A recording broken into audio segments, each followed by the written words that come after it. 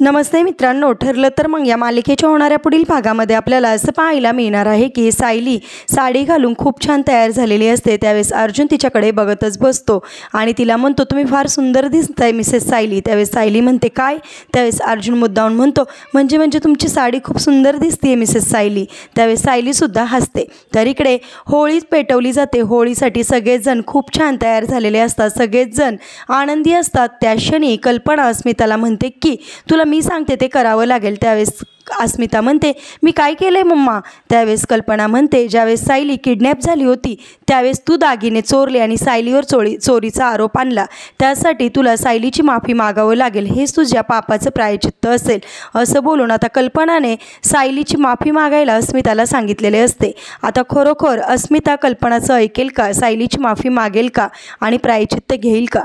तुम्हाला काय वाटतं कमेंट करून नक्की सांगा आणि असेच मालिकेच्या पुढील अपडेटसाठी तुम्ही आपल्या रंजक मराठी चॅनेलला नक्की सबस्क्राईब करा। थँक्यू।